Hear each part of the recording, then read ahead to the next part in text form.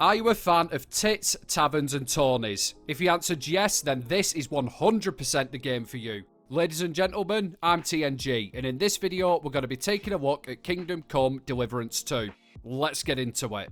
So to kick things off, let's start off by answering what exactly is KCD2? Well, to put it quite simply, it's a medieval RPG which follows the story of a young blacksmith's son by the name of Henry of Skalitz. And let me tell you, no bollocks, straight talking with you now, what a storyline it is. Do you remember back in the day when game developers actually gave a shit about the stuff they were putting out, instead of just peddling a load of crap as a quick cash grab? Yeah, this reminds me of that era of gaming. Dragon Age, the Old Republic, you know, that kind of high caliber story writing. Warhorse has done it with this game. It is phenomenal. Easily a solid 9 out of 10. And that's just the main storyline as well. The amount of side quests in this game, Jesus Christ, I think on the first map, because yes, there is 2 of them, it took me like, what, 70 hours before I actually completed the main storyline for that region. And that's just because the side quests are so well done, and some of them are truly comedic. I was pissing my sides at a few of them. Anna has tiny tits, like a pair of cherry pits. Uh-oh. And you know what, sod it, I'll throw this in here as well. Quests aren't the only thing to keep you occupied. There's a ton of mini-games, there's archery competitions, there's games of dice, which are pretty trivial, but it's something to do, you know. The more you progress through playing the actual story, you'll unlock tourneys. There is so much to do, and I'm not going to fit it all in this video. So yeah, you're just going to have to discover it for yourselves. Alright, in a nutshell, ladies and gents, if you want a game that really grabs you by the testes and pulls you in, this is the one for you. Actual RPG gamers will really appreciate the thought that's gone into it as well. Brilliant storyline, and again, like I say, the side quests equally as high quality. Now, with that being said though, yeah, it's no good having a good storyline if the gameplay is, you know, a load of tosh. And I'm happy to say that for the most part, it's pretty much bob on. And it does have aspects that you will be familiar with. There's a leveling up system for different categories like swords, thievery, speech, bow and arrow, you know, your typical RPG kind of stuff. You can also have a number of romantic experiences in this game as well. Yes, Henry's a top shagger. That's where the tits part comes from in the intro of this video. Now, that's not to say you can't partake in a little bit of male company as well, because you can romance Hans Capon, so the game does truly cater for everybody. Henry's gonna have fucked half of Bohemia by the end of this game, I'm telling you. You've also got some other pretty standard features as well, like a multitude of weapons, armor, clothing, even different horses that you can get in this game. You can also do some crafting as well. A nice feature that's been added over the first game is the ability to make your own swords. You can obviously repair them as well. You can craft potions and poisons. In a nutshell, it's pretty much the kind of stuff we would expect from an RPG. Now, with that being said, there is a couple of caveats. If you're expecting an expansive and highly detailed crafting system like you'd find in a game like RuneScape, for example, no, you're not going to get that with KCD2. Are you going to find as much armor and weaponry as you could in Skyrim? Nah, again, something you're not going to get in this game. I think the best way to describe it is it's a lot more realistic, Kingdom Come Deliverance, and I don't mind that, to be honest with you. And that actually puts us nicely onto our next segment of the gameplay.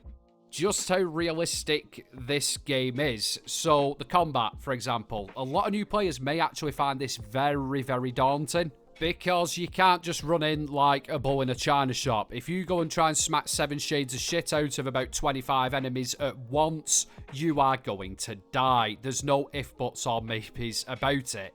You've really got to think about the combat in this game. So, for example, if somebody's going to come at you with their longsword from the left, you're going to have to block it from your right. If you actually want to do more than just block, you've got to learn combos. You've got to learn about timing. You've got to be able to dodge into an enemy's weaker position. Honestly, there's so much to it. It does get easier the more that you do it, and I find it very hard to explain. The best way of learning is by getting stuck in my opinion. And once you've had a play around with it, you'll see exactly what I mean. But yeah, the combat is not something you can just jump into willy-nilly. You've also got to take into account armor weight as well and stamina. There is a bloody lot to it, is what I'm trying to say. And unfortunately, for more casual players, this also transcends over into other aspects of the game as well. Now, these can be just trivial things like the need to eat and sleep. That can become a problem if your food's gone off or you don't have a bed of your own nearby, but that's the bottom of the scale. You could also struggle with the stealth aspects of stuff. If you want to pick a lock, for example, there's a whole mini-game around it. If you want to take somebody down in a sneak attack, yeah, that can take a little bit of work as well. However, right, the difficulties you may find around the combat, the eating, the sleeping, the stealthiness, that all pales in comparison to two very important things that really do bring a sense of realism and just make you so engrossed in this game. That is the NPC's intelligence and the choices you've got to make in this game. Seriously, it's actually very, very impressive. Let me run over a few examples with you right now. Okay then, so in terms of the NPCs, right, they are clever bastards. They are intelligent as shit. So, say if you're sneaking around a house, yeah, and one of the housemaids notices you. You run off and you think, it's alright, I'll come back later, no problem. So there you go, you come back, you sneak into the house, you open a door. Oh no, the housemaid wakes up by the noise of the door opening, and she remembers that door was locked. She will then start looking for you. If she finds you, she'll go and get a guard, and the guard will either arrest you or fine you, or you can talk your way out of it. If you steal something though, and she doesn't find you, she will notice that them items have gone missing, and because she remembered you from before, you will be pegged as a thief. Now, we can also add to this as well. Say if you got into the house by pickpocketing said housemaid and stealing her keys. These keys will also let you get into a storage chest as well.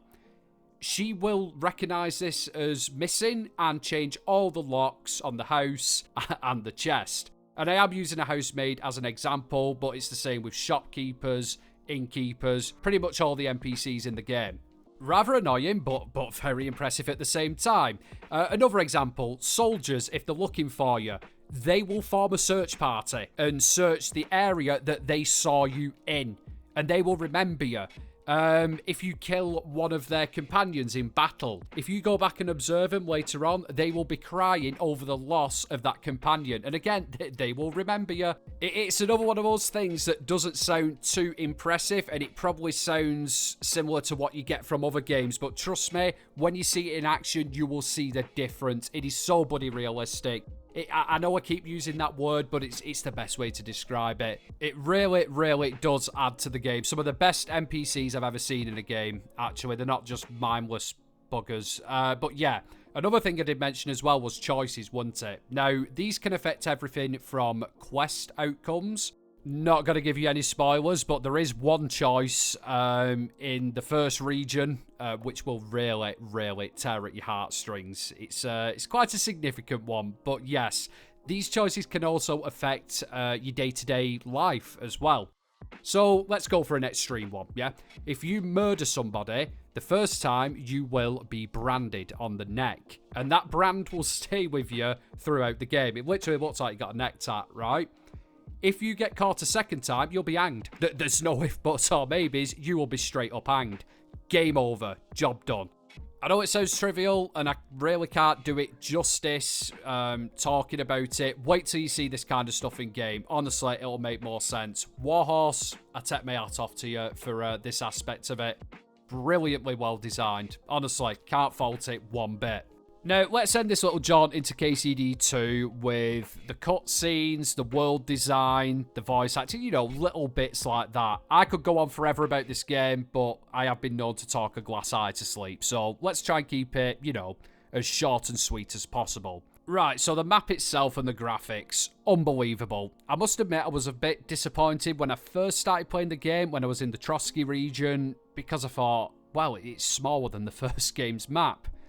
But like I say, there is two maps to this, and they're both equally as well detailed and as well fleshed out as the other. Trust me, some of the scenery, absolutely beautiful. The river down Lower Samine Mill, that's something that you got to take a look at. gorgeous bit of design right there.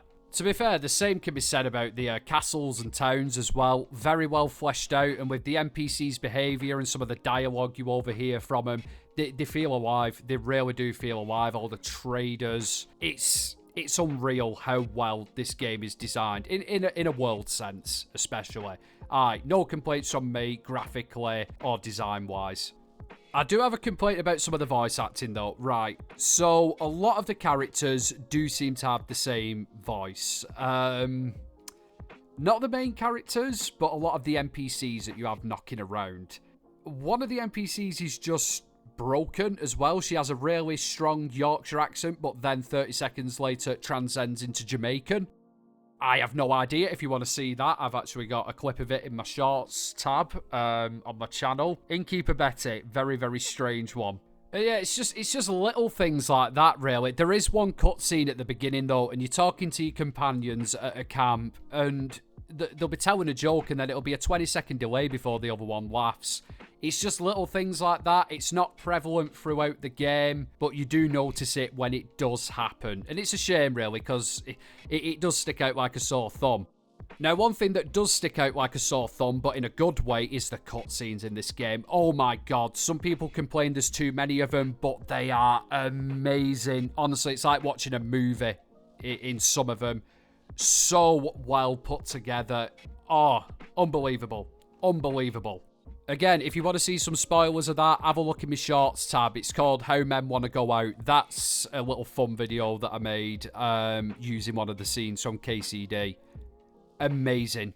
Absolutely amazing. Yeah, I really can't fault the world design, the cutscenes, some of the voice acting, yes, but overall, absolute Bobby Dazzler of a job, this game. Now, just before we wrap it up and do our final conclusion, a couple of bugs that are prevalent at the moment. Right, so some of the beds in the Trotsky region are bugged, and I think that's when you go to the second region, so just be careful of that. And there is a game-breaking bug regarding goat skin.